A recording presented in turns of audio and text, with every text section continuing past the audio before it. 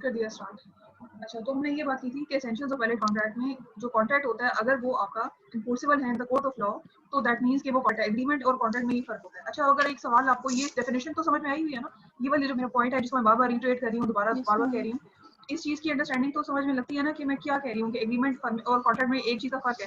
अब अगर आपसे इसी पॉइंट के ऊपर मैं एक सवाल ये पूछूं, और ये बहुत नॉर्मली वैसे फेमस क्वेश्चन है कॉर्पोरेट लॉ का, कि सारे क्या जो है एग्रीमेंट्स कॉन्ट्रैक्ट हो सकते हैं, क्या कॉन्ट्रैक्ट एग्रीमेंट हो सकते हैं, मतलब क्या ये स्टेटमेंट ट्रू है कि एग्रीमेंट तो कॉन्ट्रैक्ट हो सकता है लेकिन कॉन्ट्रैक्ट एग्रीमेंट नहीं हो सकता? ये सवाल अगर मैं आपसे पूछूं तो इस पे आपका क्या ओपिनियन होगा, आप क्या कहेंगे?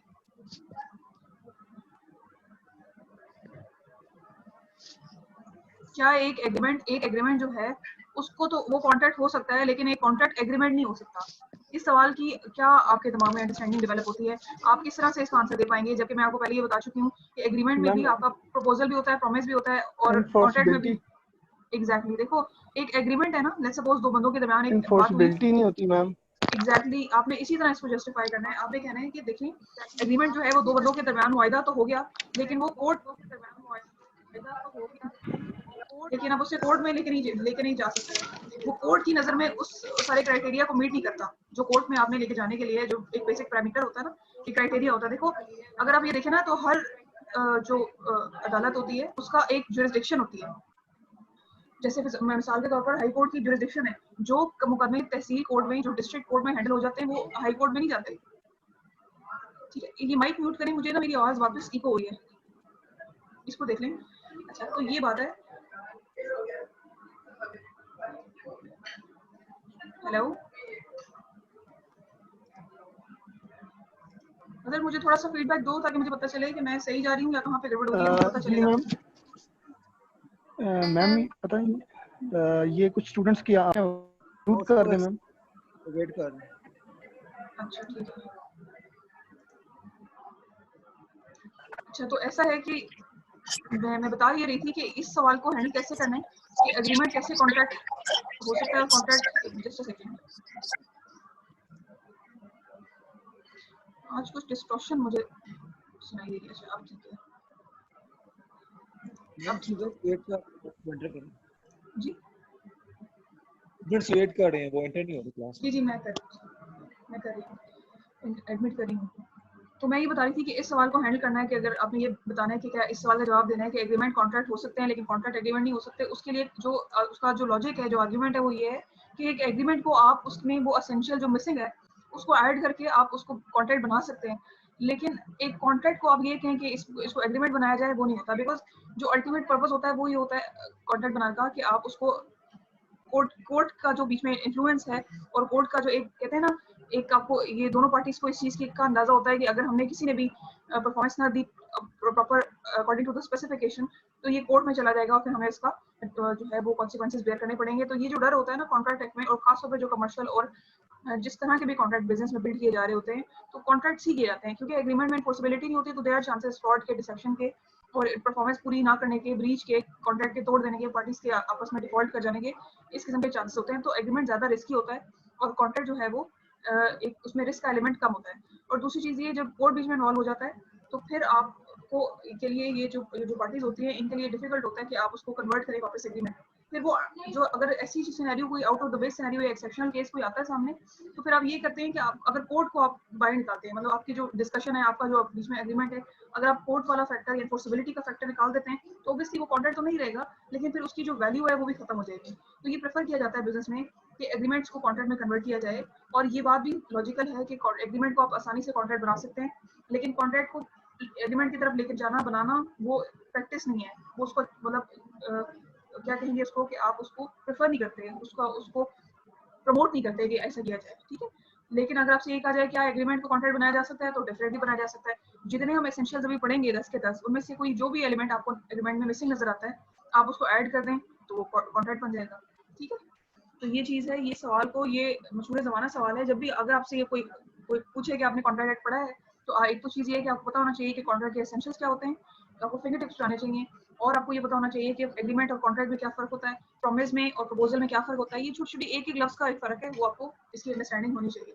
तो ऑफर एंड एक्सेप्टेंस में पहले भी चीज पड़ी थी। ऑफर में से प्रपोजल होता है कि पार्टी ए पार्टी दोनों, देखो अभी जो सारी मैं बातें आपके साथ डिस्कस करूंगी, एग्जांपल्स भी दूंगी, ये इंडिविजुअल लेवल की बात है। मैं बहुत छोटी चीज है, जैसे मिसाल के तौर पर कोई फोन की ट्रांजैक्शन या किसी किताब की ट्रांजैक्शन या किसी गाड़ी की ट्रांजैक्शन या एक घर की ट्रांजैक्शन, ये छोटे लेवल की मैं एग्जांपल दे रही हूँ।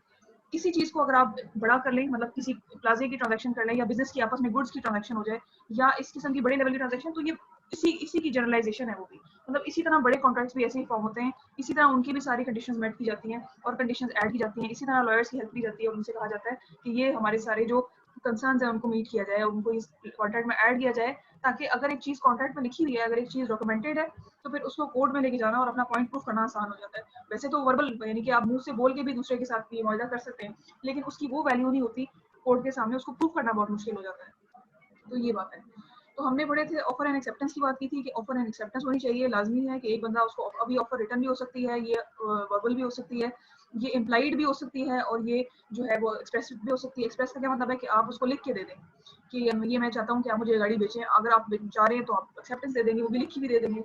अच्छा, फिर एक एक्सेप्टेंस और ऑफर वर्बल भी हो सकती है। इम्प्लॉयड ये होता है कि आप अपना एक्ट से शो कर दें। फॉर एग्जाम्पल वो जैसे मिसाल है एक थोड़ी सी ऑन लाइटर नोट कि जैसे वो देखो वो जो निकाह होता है वो भी कॉन्ट्रैक्ट एक्ट होता है ना, दो पार्टी के बीच में कॉन्ट्रैक्ट हो रहा है अगर लीगली देखा जाए तो उसमें नॉर्मली ऐसा होता है कि खामोशी को नीम रजामंदी समझा जाता है। नॉर्मली ये ट्रेडिशनल बात है, वैसे तो साइन भी लिए जाते हैं। तो ये इस किस्म की चीज़ है कि आप अपने एक्ट से शो कर दें कि अगले बंदे ने आपको कुछ कहा और आपने उसको जेस्चर ऐसा दिया जिसकी वजह से ये उसने उस बंदे ने ये प्रिज्यूम किया। ये बात की बात है कि अगर आप मुकर जाए बाद में फिर चीज़ को इशू कोर्ट में चला जाए और जो भी सिनेरियो हो, मिसअंडरस्टैंडिंग भी हो सकती है समटाइम्स, लेकिन ये भी एक पॉसिबिलिटी है। जैसे मैं कह रही हूँ ना, वर्बल कॉन्ट्रैक्ट भी पॉसिबिलिटी है, उसको इससे लॉ मना नहीं करता, लेकिन उसको प्रेफर नहीं किया जाता क्योंकि उसमें कॉम्प्लिकेशंस बढ़ जाती हैं। वर्बल चीज़ को प्रूव करना बहुत मुश्किल हो जाता है। तो ये भी एक पर्सपेक्टिव है, हर एस्पेक्ट से हम इस चीज़ को कवर कर रहे हैं। तो ऑफर एंड एक्सेप्टेंस में हमने बात की, एक्सप्रेस भी हो सकती है, अप्लाइड भी हो सकती है, जनरल भी हो सकती है, स्पेसिफिक भी हो सकती है। तो ये आपने इन चीज़ों को अपनी नॉलेज में रखना है। लीगल ऑब्लिगेशन की बात की कि कोई ना कोई एक लीगल रिस्पॉन्सिबिलिटी क्रिएट हो रही है कि मैंने अगर आपसे कोई चीज़ परचेज की है तो मैंने आपको उसकी पेमेंट करनी है और आपने मुझे वो चीज़ डिलीवर करनी है। वो कुछ भी हो सकती है, वो घड़ी हो सकती है, गाड़ी हो सकती है, घर हो सकता है, कोई भी कमर्शियल ट्रांजेक्शन। देखो, अगर एक ट्रांजेक्शन में दोनों पार्टी का फायदा हो रहा है, लेन देन हो रहा है, बाहमी तबादला हो रहा है, तो इसका मतलब है कि वो बिजनेस ट्रांजेक्शन है। अगर वो बिजनेस ट्रांजेक्शन है, कमर्शियल ट्रांजेक्शन है, जिस तरह की भी है जिसमें लेन देन मौजूद है, उसमें लीगल मैम कुछ ऑब्लिगेशन क्रिएट स्टूडेंट होती को है। ऐड कर लें, जी मैंने अभी अभी प्लीज किया। करें ऐड। हाँ मैं करी किया मैंने अभी। अच्छा, तो ये चीज़ हमने लीगल ऑब्लिगेशंस की डिस्कस की थी। फिर हमने लॉफुल कंसिडरेशन की बात की थी कि जो आप लेन देन जिस चीज़ को आप ले और दे रहे हैं, फॉर एग्जांपल मैं आपको घर अगर सेल कर रही हूँ या मैं आपसे कोई भी प्रोडक्ट है जो मैं आपको सेल कर रही हूँ, तो और आप उसके बदले जो आप मुझे चीज़ दे रहे हैं, मतलब सब पहले तो बार्टर ट्रेड का भी कॉन्सेप्ट था ना, उस पर्सपेक्टिव में भी इस चीज़ को अपने माइंड में रखें। फिर अभी जो कैश पे ट्रांजेक्शन होती हैं उनको भी अपनी माइंड में रखें। तो बेसिकली ऑब्जेक्ट कंसिडरेशन होती है जो कि आपको एज अ रिजल्ट आप उससे ले रहे होते हैं। फॉर एग्जांपल अगर मैं हूँ, मैंने कोई सेल किया है, तो जो सेल के बंदे कैश में लेगा, दैट इज माई कंसिडरेशन। वो ऑब्जेक्ट होता है जिसको आप जिस पे आप सेल एंड परचेज कर रहे होते हैं। दूसरे बंदे के लिए, मेरे लिए पैसे कंसिडरेशन है, दूसरी पार्टी के लिए वो चीज़, वो जो प्रोडक्ट जो मैं बेच रही हूँ वो कंसिडरेशन होगी। तो वो जो प्रोडक्ट है वो लीगल होनी चाहिए। ठीक है, लीगल से मेरी मुरादी, अच्छा अगर पैसों की बात है तो उनमें लीगैलिटी कहाँ से आई? पैसों में भी जो फेयर प्राइस है, फेयर प्राइस से मुरादी है जो मार्केट प्राइस है जो चल रही होती है। ऐसा ना हो कि आप किसी अगले बंदे को एक्सप्लॉइट कर रहे हो, एक्सप्लॉइटेशन नहीं होना चाहिए। तो लॉफुल कंसिडरेशन से मुराद ये, अब पैसों की बात में मैंने आपको बता दिया कि एक्सप्लॉइटेशन ही हो, जो फेयर प्राइस है, जो मार्केट प्राइस है। और दूसरी चीज़ जो प्रोडक्ट है, अच्छा प्रोडक्ट इटसेल्फ वो ऐसी चीज़ ना हो, फॉर एग्जांपल आपको स्मगल गुड्स ना आप बेच रहे हो, इस किस्म की चीज़ ना हो। जो चीज़ आप बेच रहे हैं, जो आपका ऑब्जेक्ट है जिसको आप सेल कर रहे हैं या परचेज कर रहे हैं, वो भी लॉफुल होना चाहिए। ठीक है, तो ये भी चीज़ देखने वाली होती है। उसके बाद नेक्स्ट में कैपेसिटी ऑफ द पार्टीज में हमने 3 पॉइंट्स, मैंने लास्ट टाइम जब क्लास हुई थी तो मैंने आपको डिस्कस किए थे कि 3, ये हर पॉइंट पे एक चैप्टर है, इसमें बहुत डिटेल डिस्कशन है, लेकिन अभी हमने जस्ट एक इस सवाल के पर्सपेक्टिव से देखना है। सवाल आपका ये है कि एसेंशियल्स ऑफ द कॉन्ट्रैक्ट क्या होते हैं। तो कॉन्ट्रैक्ट के एसेंशियल्स 10 होते हैं, उतनी हमने ब्रीफ बात करनी है और टू द पॉइंट हमने इस टॉपिक पे रहना है। कैपेसिटी ऑफ द पार्टीज में मैंने 3 पॉइंट्स डिस्कस किए थे कि उसकी एज, ऐसा ना हो जिस बंदे के साथ आप दोनों पार्टीज में, मतलब जो बेच रहा है या जो खरीद रहा है, दोनों पार्टीज में ऐसा ना हो कि कोई भी इन दोनों में से माइनर हो। माइनर और मेजर, माइनर वो होता है जिसकी उम्र, लीगल टर्म्स में बता रही हूँ कि माइनर वो बंदा होता है जिसकी उम्र 18 साल से कम है, कोर्ट की कहता है। और मेजर वो होता है जिसकी उम्र 18 साल से ज्यादा है। ठीक है, तो ये माइनर ना हो, माइनर नहीं होना चाहिए। अगर ये माइनर नहीं है, अगर वो साउंड माइंड है, साउंड माइंड का मतलब होता है वो दिमागी तौर पे स्टेबल हो, उसमें कोई इस किस्म का एलिमेंट ना हो कि ये मतलब मेंटल जो कहते हैं ना, जिसमें डेफिशिएंसी इस किस्म की ना हो कि वो डिसीजन मेकिंग सही कर सकता हो, उसको चीज़ों की समझ होनी चाहिए। तो अगर वो साउंड माइंड है, अगर वो मेजर है, अगर उसको जो कोर्ट ने डिस्क्वालीफाई नहीं किया है, हो सकता होता है ना लोगों की क्रिमिनल प्रोसीडिंग्स होती हैं, उसको समटाइम्स ऐसा होता है कि किसी मुकदमे में किसी पार्टी ने स्टे लिया हुआ होता है। अब एक प्रॉपर्टी है, फॉर एग्जांपल एक घर है मेरा और मैं उसको बेचने जा रही हूँ, लेकिन कोर्ट ने मुझे उस पर स्टे दिया हुआ है कि इसको आप 6 महीने तक इस पे आपने कोई, जब तक फैसला नहीं आ जाता आप उस पर कोई फैसला नहीं कर सकते, आप इसको बेच नहीं सकते। होते हैं ना, अगर आपने सुना हो तो स्टे ले लिया जाता है। स्टे होता है कि आप कोर्ट से टाइम मांग लेते हैं कि जब तक ये हम डिसाइड कर लें, डिस्प्यूट सॉर्ट आउट कर लें, तब तक इस प्रॉपर्टी को ना सेल किया जाए ना परचेज किया जाए। तो ये भी चीज़ होती है कि क्या उसको डिस्क्वालीफाई तो नहीं किया गया पार्टी में से किसी को भी, ये वो कॉन्ट्रैक्ट नहीं कर सकते, तो ये भी चीज़ होती है। फिर उसके बाद फ्री कंसेंट। फ्री कंसेंट ये होता है कि दोनों पार्टीज ने जो कॉन्ट्रैक्ट में एंटर हो रही हैं वो अपनी मर्जी से हो रही है, किसी जबरदस्ती जोर जबरदस्ती की वजह से नहीं हो रही। अब फ्री कंसेंट में भी मैंने जब लास्ट टाइम ये भी पॉइंट डिस्कस हुआ था तो उसमें 3 बातें मैंने आपको बताई थी कि कॉर्जन, 3 भी नहीं बल्कि उसमें 5 बातें हैं। कॉर्जन है, अनड्यू इन्फ्लुएंस है, फ्रॉड है, मिसरिप्रेजेंटेशन और मिस्टेक। इन पे डिटेल डिस्कशन हम करेंगे बाद में, लेकिन अभी थोड़ा सा इसका बता देती हूँ कि कॉर्जन ये होता है कि आप किसी को प्रेशराइज करें, गन पॉइंट पे आप उससे कॉन्ट्रैक्ट साइन कराते हैं। अनड्यू इन्फ्लुएंस होता है जो क्लोज रिलेशंस में होते हैं, मैंने पहले भी बताया था। फॉर एग्जांपल ये बाप बेटी के बीच में हो सकता है, जिसमें आप किसी को इमोशनली जज्बाती तौर पर एक्सप्लॉइट करते हैं कि तुम ये काम कर, मतलब फॉर एग्जांपल जैसे टीचर अगर स्टूडेंट को कह रहा है कि मैं कह रही हूँ या तुम ये काम करो, अब आपको ये इस चीज का एक तो ये अटैचमेंट फैक्टर भी हो सकता है, एक ये हो सकता है कि अगर मैंने काम ना किया तो मेरी आगे जो मेरे मार्क्स हैं या मेरे ग्रेड्स पे असर हो, यानी कि आप इमोशनली तौर पर जहाँ पे आप एक्सप्लॉइट हो रहे हो, इसको बोलते हैं कि अनड्यू इन्फ्लुएंसर। वो क्लोज रिलेशंस में होता है जहाँ से आपका क्लोज होता है, सबऑर्डिनेट और आपके जो मैनेजर है उसके बीच में हो सकता है। ये चीजें ऑर्गेनाइजेशंस में और कॉर्पोरेट सेक्टर में बहुत आम हो सकती है, पॉसिबल होती है, घरों में इवन हो सकती है, जैसे फादर डॉटर रिलेशन में एक्सप्लॉइट किया जा सकता है। जैसे फॉर एग्जांपल इसकी मिसाल अगर हम देखें, जैसे प्रॉपर्टी के केसेस होते हैं, तो प्रॉपर्टी के केस में जब वो अमूमी तौर पर ये ट्रेडिशनल एक एग्जांपल सी है जो मैं बताने लगी हूँ कि जैसे प्रॉपर्टी जब डिस्ट्रीब्यूट हो रही होती है बच्चों में, तो फीमेल्स को नॉर्मली जो बैकवर्ड एरियाज होते हैं उनमें ये कहा जाता है कि फीमेल्स को नहीं देना हिस्सा, मतलब उनसे जबरदस्ती हिस्सा ले लिया जाता है। तो ये एक मतलब एक just to convey you my point कि इस किस्म की चीजें अनड्यू इन्फ्लुएंस में भी आती हैं, कोर्जन में भी। इसमें 2 केसेस हो सकते हैं। फॉर एग्जांपल अगर लेट्स सपोज मैं अपने ऊपर इस एग्जांपल को लागू करूं और मैं ये कहूं कि मेरे जो फादर की प्रॉपर्टी थी उसमें मेरा भी राइट है, और अगर मेरे भाई मुझसे ये कहते हैं कि हम मतलब ये इमोशनल एक्सप्लॉइटेशन होती है ना, कि हमने तुम्हारी शादी की, शादी में हमने इतना खर्चा किया, अच्छा अब उसकी वजह से तुम्हारा हिस्सा नहीं बनता, तो हमें हिस्सा हमारे नाम लिख दो। और वो मुझे इमोशनल ब्लैकमेल करके गए तो अनड्यू इन्फ्लुएंस है, अगर वो मुझसे जबरदस्ती गन पॉइंट पर साइन करें तो कॉर्जन है। तो इस चीज में अगर मैं लेट्स सपोज मैं लॉ का सहारा लेती हूँ, मैं कोर्ट जाती हूँ, तो मैं ये इन दोनों पॉइंट्स को बुनियाद बना के अपना आर्गुमेंट बिल्ड करूंगी कि मेरे पे अनड्यू इन्फ्लुएंस किया गया और मेरे पे कॉर्जन एक्सरसाइज किया गया, जिसकी वजह से मैंने अपने ये साइन कर दिए, लेकिन ये गलत है, इस पे भी मुझे इंसाफ दिया जाए। तो ये पॉइंट होता है, समझ में आई इस चीज की? मुझे साथ में फीडबैक देते रहो ताकि मुझे पता चले कि हम ठीक चल रहे हैं। जी जी मैम। जी ये आपके पीछे से आवाजें बहुत आ रही हैं। अब मुझे अब 1 मिनट दें, मैं इनको एक दफा, मैं एक्चुअली यूनिवर्सिटी में बैठी हुई हूँ और जस्ट अ सेकंड, मुझे आप 1 मिनट दें। Okay ma'am. कोशिश करती हूँ मैं अगर ये लोग खामोश हो जाए।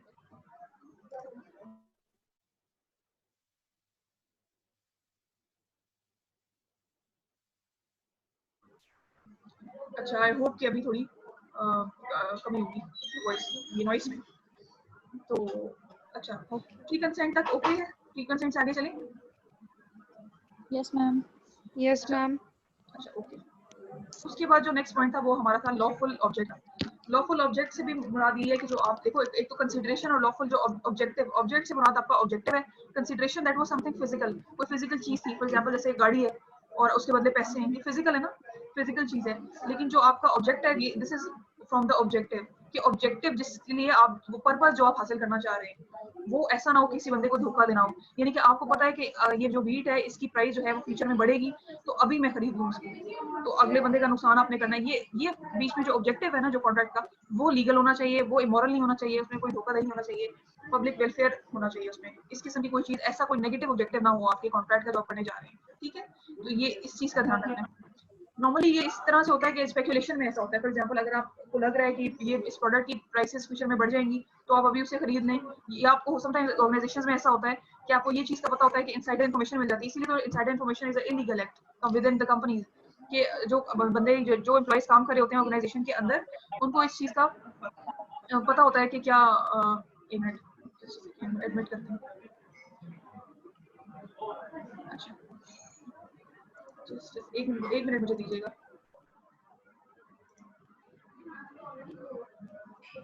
अच्छा, तो मैं ये बता रही थी कि जो ऑर्गेनाइजेशंस होती हैं उनमें जो एम्प्लॉइज होते हैं उनको कहा जाता है कि आपने जिस कंपनी में आप काम कर रहे हैं उसके शेयर्स को आपने बाय एंड सेल आप नहीं खरीद सकते। उसकी वजह ये होती है कि उनको इन्फॉर्मेशन जो इंटरनल इन्फॉर्मेशन होती है वो इजीली अवेलेबल होती है। इनसाइडर इन्फॉर्मेशन या कोई ऐसी प्राइवेट इन्फॉर्मेशन अगर आपके पास, इसको इनसाइडर ट्रेडिंग बोलते हैं, कि आपको पता है कि ऑर्गेनाइजेशन के जो फॉर एग्जांपल अगर ऑर्गेनाइजेशन में कोई सीईओ है या कोई रेजिग्नेशन आने वाला है या किसी भी न्यूज़ की वजह से आपके कंपनी के शेयर्स पे इम्पैक्ट होने वाला है, ये अगर आप एम्प्लॉइज को पता है and then they are buying shares and जो इस किस्म की चीजें स्टॉक्स में डील कर रहे हैं, इसका मतलब है कि वो अनड्यू फायदा उठा सकते हैं। तो ये चीज में बताया जाता है कि आपने इस किस्म की कोई चीज नहीं करनी। Insider trading is illegal. तो अगर आपको, जैसे फॉर एग्जांपल अगर मैं जेएस बैंक में काम करती हूँ और मुझे उसके अंदर की सारी मालूमात है, सारी इन्फॉर्मेशन मुझे है अवेलेबल कि फ्यूचर में इसकी प्राइस पे क्या इम्पैक्ट आएगा या क्या इसके साथ सिनेरियो होने वाला है, और मैं अगर मुझे पता है कि प्राइसेस फ्यूचर में इसकी मजीद बढ़ेंगी, कि मे बी ये किसी नई वेंचर में जा रहे हैं या इनकी प्राइसेस, कोई इनसाइडर हिंट मुझे मिल जाता है इन्फॉर्मेशन, और मैं उसके शेयर्स परचेज कर लेती हूँ, तो दिस इज इलीगल, ये लॉफुल ऑब्जेक्ट नहीं है मेरा। तो ये भी चीजें देखी जाती है। इसीलिए बैंक्स में नॉर्मली ये किया जाता है कि हर 6 महीने बाद एम्प्लॉइज को एक फॉर्म सर्कुलेट करते हैं और मैं उनसे पूछते हैं कि अगर आपने कोई शेयर्स परचेज किए हैं अपनी कंपनी के जिसमें आप एम्प्लॉय हैं, तो वो डिस्क्लोज करें। ये डिस्क्लोजर जरूरी होता है। फिर ये देखा जाता है कि वो जो एम्प्लॉय है जो जिस सीट पे है और उसके शेयर्स की क्या सिचुएशन है, क्या वो मिसमैच है, ये क्या है। समटाइम्स ये भी होता है कि आप फिर एम्प्लॉयज अगर उन्होंने देखो किसी ने अगर डिसऑनेस्टी करनी है तो उसको आप रोक तो नहीं सकते। फिर ये भी प्रैक्टिस पाई जाती है कि एम्प्लॉयज क्या करते हैं, खुद से नहीं करते डील, लेकिन अपने किसी जानने वालों को या अपने किसी मतलब फ्रेंड्स वगैरह के साथ उसमें फिर वो कर लेते हैं बाइंग। लेकिन ये चीज पॉइंट ये है इस वक्त कि आपकी जो ऑब्जेक्टिव है, जो इसके लिए आप ट्रांजैक्शन में एंटर हो रहे हैं, that must be legal, that must not be immoral, fraudulent नहीं होना चाहिए, और ऐसा ना हो कि जिसमें आप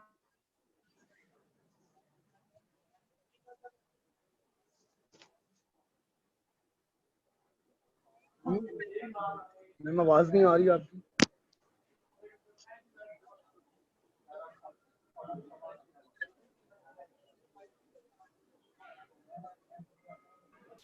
अब आ रही है? जी मैम आ रही है। अच्छा, अब मैं ये बता रही थी कि राइटिंग एंड रजिस्ट्रेशन, ये जो पॉइंट है ये सबसे ज्यादा इंपॉर्टेंट है। ये जो पॉइंट है ये फर्क आपको करता है एग्रीमेंट में और कॉन्ट्रैक्ट में। मेनली उसकी वजह ये होती है कि जरूरी नहीं है कि एग्रीमेंट जो है वो आपके रजिस्ट्रेशन की हुई हो, वो रिटर्न हो। रिटर्न इन अ सेंस, देखो जब भी आप कोई एग्रीमेंट करते हैं ना, आपने देखा होगा, अपने माइक दूध म्यूट नहीं कर लिया लें हमने, प्लीज, बिस्कुट पकड़े हुए थे, मैंने उसको बिस्कुट डाल दी। मैंने कहा बेचारी अपने बहुत माइक भूखी है, म्यूट कर लें बिस्कुट प्लीज। खाएगी। वो आरामजादी बिस्कुट नहीं खाई। अच्छा, तो मैं ये बता रही थी कि आपने writing and registration is a critical point, ये क्रिटिकल एसेंशियल है। उसकी वजह ये है एग्रीमेंट और नॉर्मली कॉन्ट्रैक्ट्स में भी ये फर्क होता है। अच्छा, उससे भी इंपॉर्टेंट एक चीज ये है कि जो एग्रीमेंट्स होते हैं, अगर आपने देखा हो नॉर्मली जो कॉन्ट्रैक्ट्स, सॉरी बात कर रही हूँ, वो आपने देखा हो अगर, तो वो स्टैम्प पेपर पे होते हैं। स्टैम्प पेपर, और ये बाकायदा एक रजिस्ट्रेशन एक्ट है जिसके तहत इनको आप स्टैम्प पेपर्स को रजिस्टर किया जाता है। तो रजिस्ट्रेशन एक्ट के तहत आप वो स्टैम्प पेपर रजिस्टर करते हैं और अपने अपने कॉन्ट्रैक्ट के मुताबिक आप उसकी स्टैम्प पेपर खरीदते हैं। तो ये भी एक पॉइंट है, इसको भी, ये बहुत जरूरी है कि अगर एक डॉक्यूमेंट आपका, अगर आपका एक कॉन्ट्रैक्ट वो रजिस्टर्ड है, वो लिखा हुआ है और लिखा हो तभी वो रजिस्टर किया जाता है। तो अगर वो रजिस्टर है, इसका मतलब ये है कि वो लीगल है। उसकी इन्फोर्सेबिलिटी इंश्योर होती है विद राइटिंग एंड रजिस्ट्रेशन। ठीक है। उसके बाद नेक्स्ट पॉइंट है सर्टेनिटी ऑफ टर्म्स। कोई भी ऐसी क्लॉज नहीं होनी चाहिए आपके कॉन्ट्रैक्ट में जो कि एम्बिगुअस हो, जिसमें कोई क्लैरिटी ना हो। और सर्टेनिटी से मुराद है कि एवरीथिंग मस्ट बी क्लियर।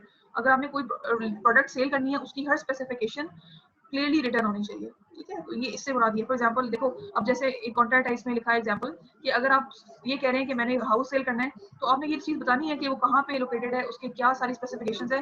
मतलब अगर ऐसा होता है, लेट्स सपोज जैसे किताबें आपने स्पेसिफाई नहीं किया हुआ, आपने कॉन्ट्रैक्ट में सिर्फ ये लिखा है कि I will sell you 2 books. अब ये नहीं, अब वो अगला बंदा समझ रहा है कि वो फाइनेंस की बुक्स हैं, आप बेच दें उसे एचआर की बुक्स, तो ये मिसअंडरस्टैंडिंग क्रिएट करती है चीज। तो सर्टेनिटी होनी चाहिए टर्म्स में, जो टर्म्स एंड कंडीशंस आप लिखें, जो क्लॉजेस आप लिखें कॉन्ट्रैक्ट में, वो क्लियर होनी चाहिए, हमें कोई एम्बिग्युइटी नहीं होनी चाहिए।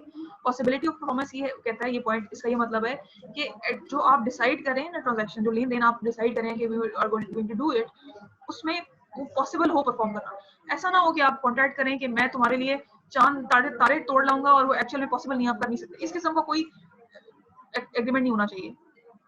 समझ में आई इस चीज की? इसी एग्जांपल देखते हैं। जैसे देखो, for example C agrees with B to put life into these dead brother. मतलब ये देखने में ही इम्पॉसिबल है कि how it is going to be executed. तो ये इस टाइप के जो एग्रीमेंट्स होते हैं उनको बोलते हैं वॉइड एब इनिशियो, VOID AB और INITIO। वॉइड एब इनिशियो का मतलब ये होता है, ये लैटिन टर्म है, इसका मतलब ये होता है कि इनिशियली फ्रॉम ओरिजिन, ये स्टार्ट से ही जब से आपने लिखा है इसको, ये वॉइड है। इसमें कोई दो राय नहीं है कि शायद ये वॉइडेबल हो जाए। हमने पॉइंट डिस्कस किया था कि वैलिड कॉन्ट्रैक्ट, वॉइड कॉन्ट्रैक्ट और वॉइडेबल क्या होता है। वैलिड कॉन्ट्रैक्ट वो होता है जो सारे लीगैलिटी, जो सारी टर्म्स एंड कंडीशन, सारे एसेंशियल्स को कवर करता है कॉन्ट्रैक्ट की। जो वॉइड होता है वो बिल्कुल ऑपोजिट है उसके, यानी कि बिल्कुल वो पूरा नहीं करता टर्म्स एंड कंडीशंस को। अच्छा, उसके बाद जो बीच की बात थी वो वॉइडेबल थी कि आपने तो कॉन्ट्रैक्ट लिखा, सारी चीजें ठीक है, लेकिन अगले बंदे को मिसअंडरस्टैंडिंग हो गई या उसके पार्ट में कोई ऐसी अनफोर्सीन सर्कमस्टांसेस हो गए जिसकी वजह से वो ये होता है, कोर्ट उसे इजाजत देता है कि आइदर वो जो दूसरी पार्टी है जिसके साथ मिसअंडरस्टैंडिंग हुई है या कोई भी ऐसा प्रॉब्लम हो गया, पॉसिबिलिटी ऑफ परफॉर्मेंस हो गई है। फॉर एग्जांपल ये जो बात मैं अभी कर रही हूँ कि पॉसिबिलिटी ऑफ परफॉर्मेंस हो गई। फॉर एग्जांपल मैंने जो ट्रांजैक्शन की थी जब, तो मैंने इंडिया से कोई प्रोडक्ट्स जो है वो मैंने खरीदी थी, मैंने इंपोर्ट करी थी, लेट्स सपोज। जब मैंने ट्रांजैक्शन की, हमारा सारा कॉन्ट्रैक्ट पूरा हुआ, सारे एसेंशियल्स पूरे थे, एवरीथिंग वाज परफेक्ट, और हमने ट्रांजैक्शन एग्जीक्यूट करनी थी नवंबर में। अब नवंबर में हमारी हुकूमत ने बैन कर दिया, बैन लगा दिया कि आप तो इंपोर्ट कर ही नहीं सकते इंडिया से, तो हमारे ताल्लुकात खराब है। तो अब ये तो फ्यूचर में जाके ये वॉइड हुआ, मतलब स्टिल ये वॉइडेबल इन अ सेंस इस तरह से होगा अगर लेट्स सपोज कोई इस किस्म की चीज नहीं आती, या ट्रांजैक्शन में कोई ऐसी प्रोडक्ट में कोई चीज में स्पेसिफिकेशन, फॉर एग्जांपल मैंने अगर नीले रंग का मोबाइल कवर लेना था और आपने मुझे लाल रंग का दे दिया, तो it's voidable on my part कि अगर मैं चाहूँ तो मैं उसे रख लूँ, अगर मैं चाहूँ तो उसे रिजेक्ट कर दूँ। तो ये चीजें होती हैं। वॉइड एग्रीमेंट की मैंने आपको एग्जांपल दी, वॉइडेबल का भी मैंने आपको समझाने की कोशिश की, और वैलिड का भी मैंने इसको एक बार दोबारा बताया। तो ये होता है कि जो भी आप ट्रांजैक्शन करें वो ऐसी चीज ना हो कि जो इम्पॉसिबल है, मतलब कर ही नहीं सकते, तो फिर आप कॉन्ट्रैक्ट कर क्यों रहे हैं, ठीक है। तो ये भी चीज देखी जाती है, इन सारे एसेंशियल्स को कंसीडर किया जाता है। फिर नॉट एक्सप्रेसली डिक्लेयर्ड वॉइड, एक चीज है जो हो सकता है पॉसिबल तो हो, लेकिन उसको कोर्ट ने क्लियर कट मना किया हो, मतलब एक्सप्रेसली डिक्लेयर्ड वॉइड का मतलब है क्लियर मना किया है। अगर क्लियर मना नहीं किया तो फिर आप उसे कॉन्ट्रैक्ट में शामिल कर सकते हैं। यानी कि एक ऐसी चीज, एक ऐसी बात, फॉर एग्जांपल जैसे कोर्ट और लॉ जो है हमारा, वो क्लियरली ये बात करता है कि आपने जो स्मगल्ड गुड्स हैं उनको ट्रेड नहीं करना। तो अगर आप ये क्लियर, इसमें कोई दो राय नहीं है कि आप इस किस्म का कोई भी कॉन्ट्रैक्ट करेंगे तो वाइड कॉन्ट्रैक्ट होगा। तो ऐसी कोई चीज नहीं होनी चाहिए जिसकी आप ट्रांजैक्शन करें जो कि वाइड हो, ठीक है। तो ये बात है, ये सारे एसेंशियल्स हमने डिस्कस किए। इन एसेंशियल्स पे एक एक चैप्टर है जिसमें मजीद इसकी टेक्निकलिटीज में जाएंगे और डिटेल डिस्कस करेंगे। इसमें अभी तक जो हमने टॉपिक में जितनी बातें की, उसमें अगर कोई चीज समझ में नहीं आई तो आप मुझसे पूछें।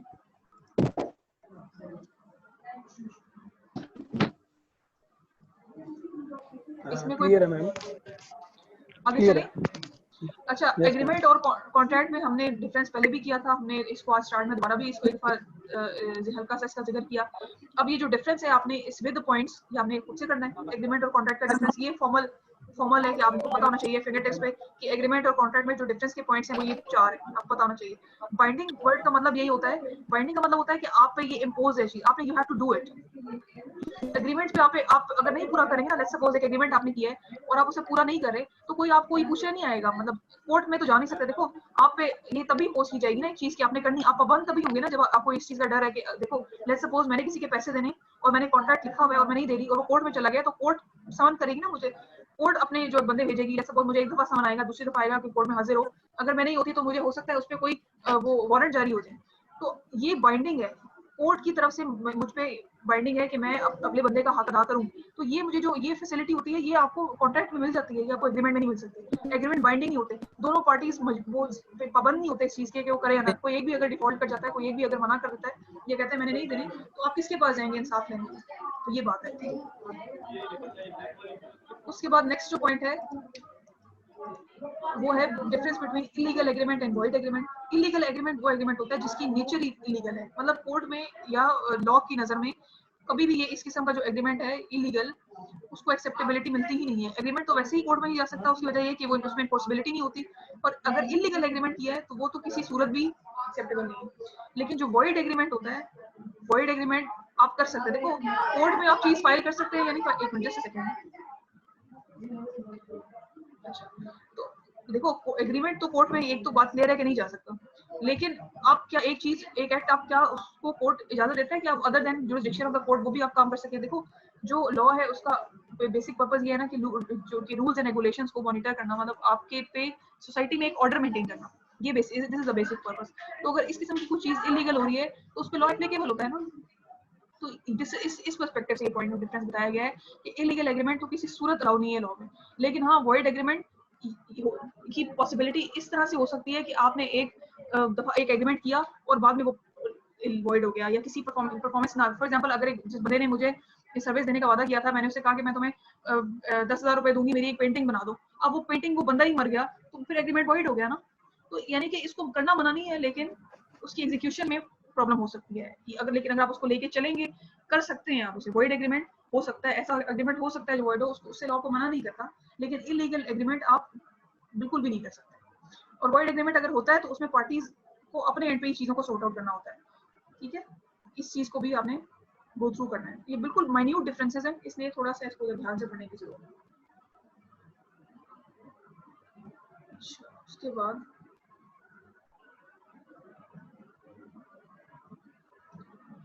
आ जाते हैं हम काइंड्स ऑफ कॉन्ट्रैक्ट पे। जो काइंड्स होती हैं कॉन्ट्रैक्ट्स की, इसको हम डिफरेंट पर्सपेक्टिव में पढ़ेंगे। फॉर एग्जांपल जैसे एनफोर्सेबिलिटी, अकॉर्डिंग टू एनफोर्सेबिलिटी इसको एक दफा देखेंगे, फिर अकॉर्डिंग टू फॉर्मेशन किस किस तरह बनाए जाते हैं। पहले हमने एसेंशियल्स देखे, अब हम इनकी काइंड्स देखेंगे with respect to formation, with respect to enforceability, with respect to performance. ये भी हम वन बाय वन डिस्कस करेंगे। देखो बात एक ही है, कॉन्ट्रैक्ट एक, ये हम इसकी डिफरेंट डायमेंशंस देख रहे हैं और उसको स्टडी कर रहे हैं। एक मिनट, कुछ आपके क्लास फेलोज अभी भी आ रहे हैं, तो ये हम डिस्कस करेंगे आज। हम इसको टारगेट करते हैं कि हम इसको कंप्लीट करें, क्योंकि दे आर वेरी इजी, लेकिन पता होना जरूरी है। वैलिड कॉन्ट्रैक्ट देखो, वैलिड कॉन्ट्रैक्ट में हमने पहले भी बात की कि जो सारे एसेंशियल्स हैं वो कॉन्ट्रैक्ट के पूरा करता है।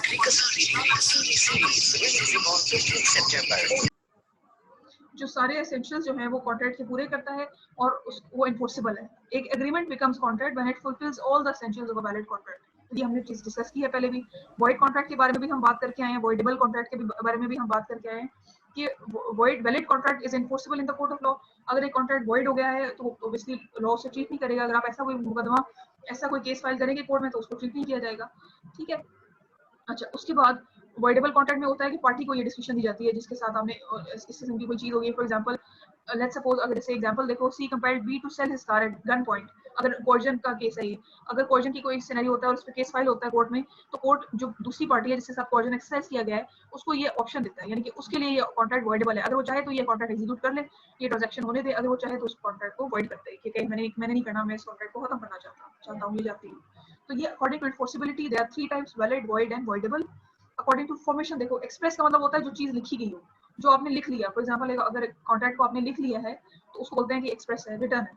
और अगर एम्प्लॉयड है, इसका मतलब ये कि बाय एक्ट यू हैव, आपने कोई ऐसा जेस्चर दिया है। ये भी हमने थोड़ी देर पहले भी बात की कि अगर कोई ऐसा ऑफर के केस में भी एक्सप्रेस एम्प्लॉयड होती है और कॉन्ट्रैक्ट भी एक्सप्रेस एम्प्लॉयड हो सकता है। कॉन्ट्रैक्ट वर्बल भी हो सकता है और कॉन्ट्रैक्ट कॉसाई भी हो सकता है। कॉसाई कॉन्ट्रैक्ट क्या होता है, देखो जैसे लेट्स सपोज एक ये मॉरल ड्यूटी या मॉरल रिस्पांसिबिलिटी इसके साथ आपने कॉन्सेप्ट अटैच करना है, यानी कि ऐसे कॉन्ट्रैक्ट जो कि मॉरली मैं बाउंड हूं कि मैं करूं। फॉर एग्जांपल जैसे देखो, अगर मुझे कोई लॉस्ट गुड्स मिलती है तो this is my moral responsibility. Quasi contract basically आपकी मॉरल रिस्पांसिबिलिटी को शो करते हैं। तो ये मेरी मॉरल रिस्पांसिबिलिटी है कि मैं उसको वापस रिटर्न करूं या मैं उसका जो ट्रीटमेंट है उसको किसी सेफ प्लेस पे पहुंचा दूं। अगर मैं किसी बच्चे को रोड क्रॉस करता देखती हूँ तो मेरी ये स्टेट के साथ, स्टेट वेलफेयर के साथ इसका ताल्लुक है। ये इंडिविजुअल भी हो सकता है और ये दूसरी पार्टी के साथ भी हो सकता है। इसके लिए बाकायदा आप पहले लिखते नहीं है, ये इम्प्लॉइड ही है एक तरह से। तो ये बात है, क्योंकि ये जो कोसाई कॉन्ट्रैक्ट होता है इसमें वेलफेयर जो पब्लिक का है वो शामिल होता है। तो एम्प्लॉयड कॉन्ट्रैक्ट जो आप बाय एक्ट शो करें, फॉर एग्जांपल कैसे, जैसे देखो इसने एग्जांपल दी है कि we went into a restaurant and had a cup of tea. अब आप एक रेस्टोरेंट में जाकर चाय का कप पी रहे हैं तो आप उसके मेहमान तो नहीं है। ये एक अंडरस्टूड सी बात है, that you have to pay, if you have ordered then you have to pay, ठीक है। तो ये चीजें हैं। एक्सप्रेस कॉन्ट्रैक्ट होता है, एम्प्लॉयड होता है, एम्प्लॉयड जो आप बाय एक्ट शो करते हैं, एक्सप्रेस जो रिटर्न होता है। अच्छा, एक्सप्रेस, रिटर्न और स्पोकन दोनों चीजें, लेकिन प्रेफर ये किया जाता है कि रिटर्न, क्योंकि spoken is an old thing now, हो सकता है लेकिन इसको प्रूव करना मुश्किल है, ठीक है। तो ये बात है। इसके बाद नेक्स्ट में देखो अकॉर्डिंग टू परफॉर्मेंस है। अकॉर्डिंग टू परफॉर्मेंस दो टाइप्स हैं इसकी, एग्जीक्यूटेड और एग्जीक्यूटरी।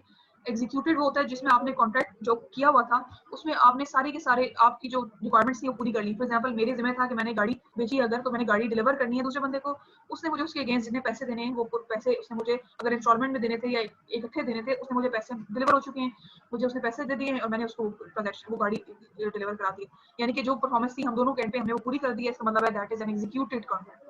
अगर लेट्स सपोज मैंने उसको गाड़ी तो ट्रांसफर कर दिया लेकिन उसने मुझे कहा था पेमेंट इंस्टॉलमेंट में देने का और उसने मुझे 2 इंस्टॉलमेंट्स दे दिए, एक रह गई है, इसका मतलब है कि ये एग्जीक्यूटरी कॉन्ट्रैक्ट है।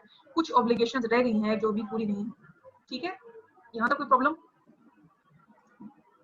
कोई चीज समझ में ना आई हो तो मुझे बताएं, ठीक है। ये जो देखो, ये हम चल रहे हैं with respect to the questions.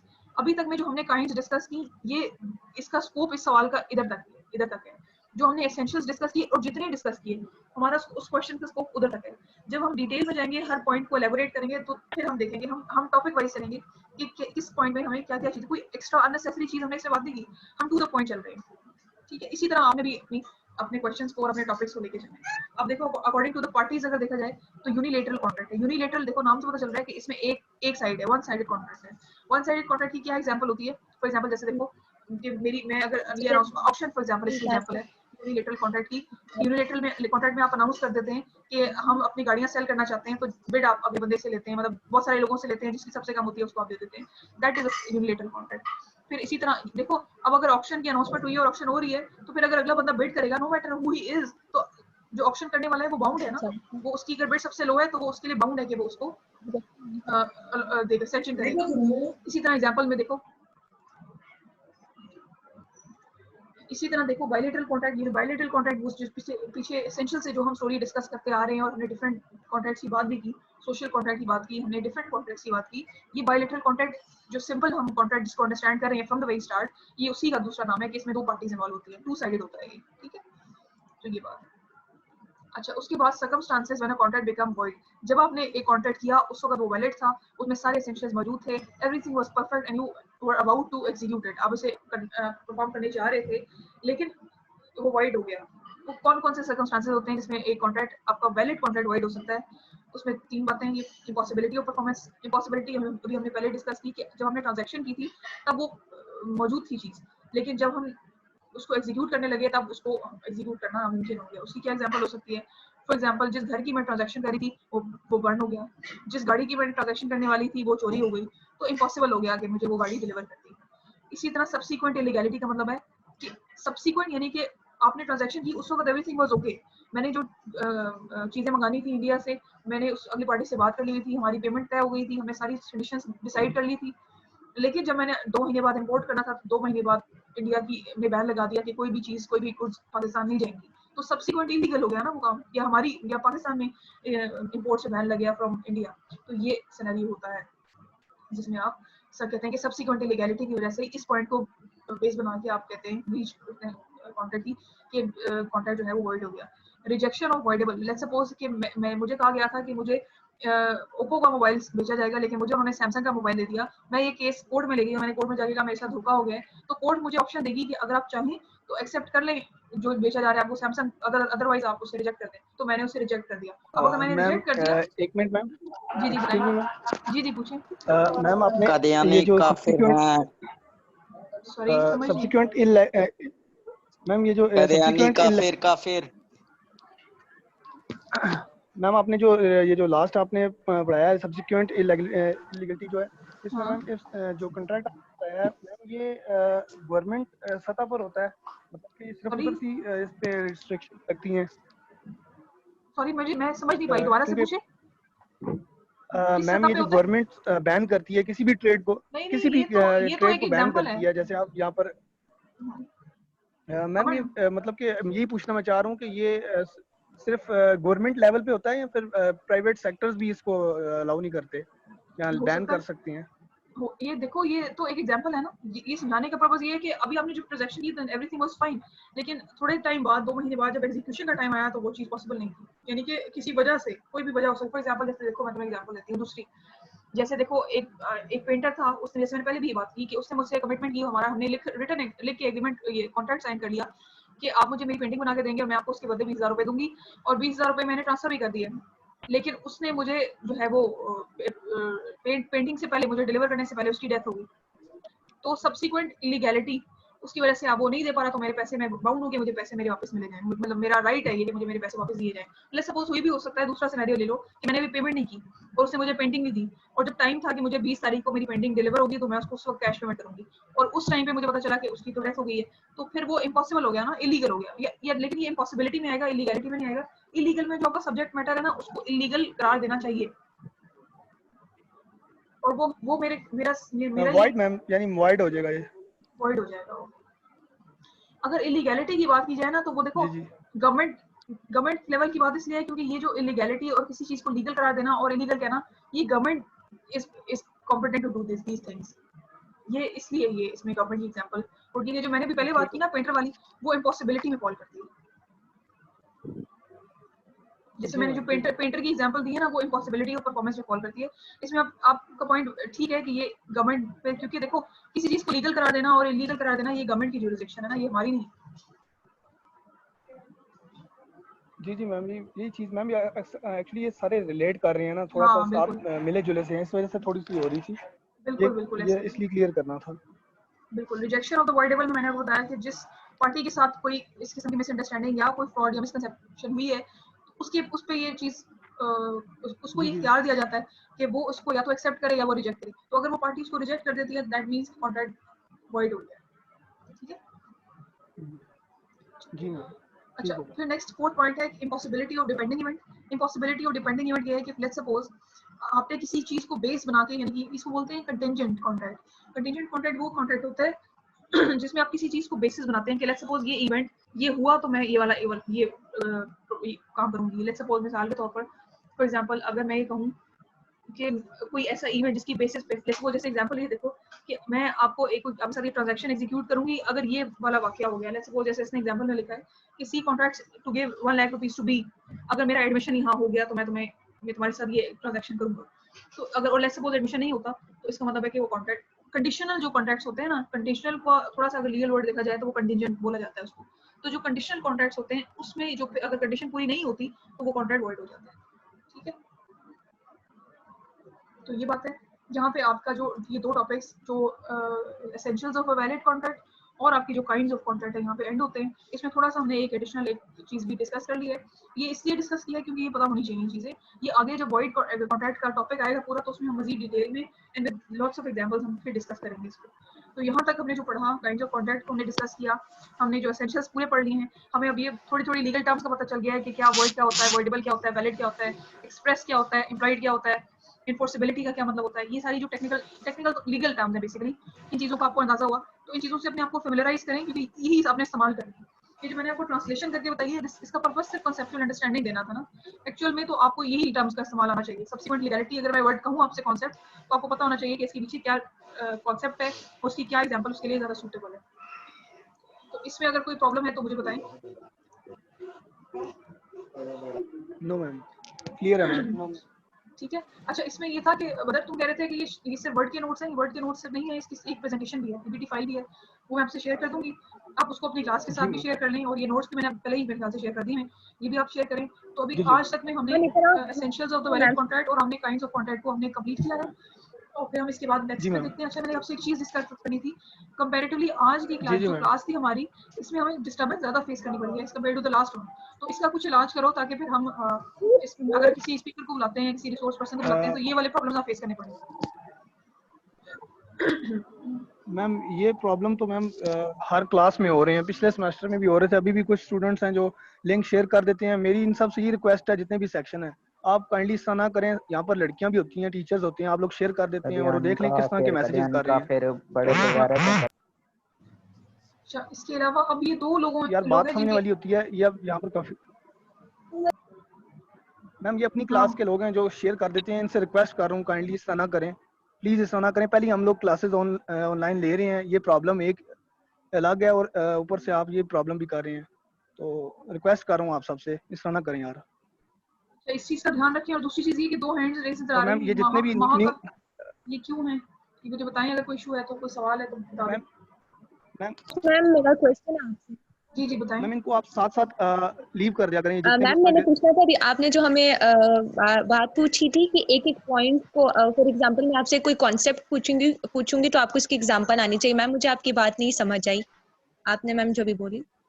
देखो अभी जैसे फॉर एग्जांपल अगर मैंने आपसे पूछा कि लेट्स सपोज आपको पता है ना क्वेश्चंस में आपको कॉन्सेप्ट्स का पूछ लेते हैं कि कॉन्सेप्ट्स को एक्सप्लेन करें। तो आपने जब एक्सप्लेनेशन देनी है तो वो सिर्फ मतलब थियोरेटिकली आपने कॉन्सेप्ट को एक्सप्लेन ही कर देना, उसको विद एग्जांपल कोट करें। एग्जांपल्स भी इनकी हर कॉन्सेप्ट की एग्जांपल आपको पता होनी चाहिए। तो ये जाएगा। सॉरी मैम हमसे कॉन्सेप्ट क्वेश्चन वाइज पूछा जाएगा, आपने ये बात बोली है ना मैम।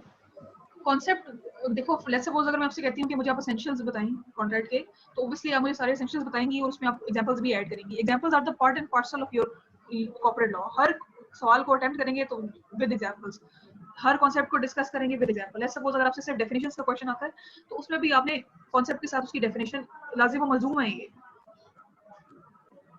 ये मैं बस कह रही थी। ठीक है मैम।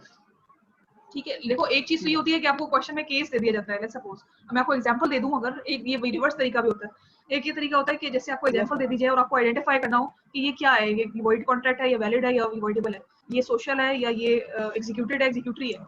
एक तो चीज ये होती है, आपसे रिवर्स क्वेश्चन की जाए, अगर आपसे डायरेक्ट क्वेश्चनिंग की जा रही है तो फिर you have to quote examples as well. अगर डिस्क्रिप्टिव पेपर है तो एग्जांपल्स मस्ट है, अगर कॉन्सेप्चुअल पेपर है और केस बेस्ड है तो फिर तो आप उसको उसके मुताबिक ही सॉल्व करेंगे। मैम हमें फिर ये मेंशन करना पड़ेगा कि ये किस कॉन्ट्रैक्ट में से आप एग्जांपल दे रही हैं। जैसे आप एग्जांपल आप दे देंगी पेपर में तो हमें बताना पड़ेगा ये सब्सिक्वेंट इलीगलिटी है या फिर रिजेक्शन ऑफ वॉइडेबल कॉन्ट्रैक्ट फिर है, आप इस तरह मैम आपने बिल्कुल ऐसे ही बिल्कुल ऐसे। फॉर एग्जांपल आपको एक कॉन्ट्रैक्ट भी दिया जा सकता है जिसमें आपको ये कहा जाए कि ये कॉन्ट्रैक्ट है, बताएं ये वैलिड है या वॉइड है। फिर आप उसमें एसेंशियल्स चेक करेंगे कि कौन सा मिसिंग है, फिर आप उसके जवाब देंगे कि ये वाला एसेंशियल्स में मिसिंग है इसकी वजह से ये वॉइड कॉन्ट्रैक्ट है। ये बेसिक बातें, सब्जेक्ट से बाहर तो कोई चीज नहीं है। अब अपने सारे के सारे आपके सामने एसेंशियल्स, आपके पास किताब मौजूद है, आपके पास नोट्स मौजूद हैं, आपको पता है कि ये 10 एसेंशियल्स हैं इसके, ठीक है, इससे बाहर नहीं है। तो आपके लिए ये क्या ये आइडेंटिफाई करना मुश्किल है कि इस कॉन्ट्रैक्ट में आपको अगर 10 क्लॉजेस के साथ एक कॉन्ट्रैक्ट दे दिया जाए कि इसमें से कौन सा एसेंशियल मिसिंग है और आपको थोड़ा सा इसकी डिस्क्रिप्शन भी बता दी जाए। तो ये थोड़ा सा ये इस स्टाइल से पेपर देने का मकसद ये होता है कि आपको कॉन्सेप्चुअल अंडरस्टैंडिंग हो, याद तो नहीं करना ना इसको। ये बात है, थोड़ा सा ये चीजें हैं कि पता होनी चाहिए, आइडेंटिफाई करना। तो ये था, ये 2 टॉपिक्स हमने कवर किए हैं। थोड़ा सा हम पेस अप करेंगे आगे आने वाले लेक्चर्स में ताकि हम ज़्यादा से ज़्यादा कवर करें। और फिर इसको मैं सोच रही थी कि मैंने शायद हम सेमिनार वेबिनार एक अरेंज करें इसका कॉर्पोरेट लॉ का।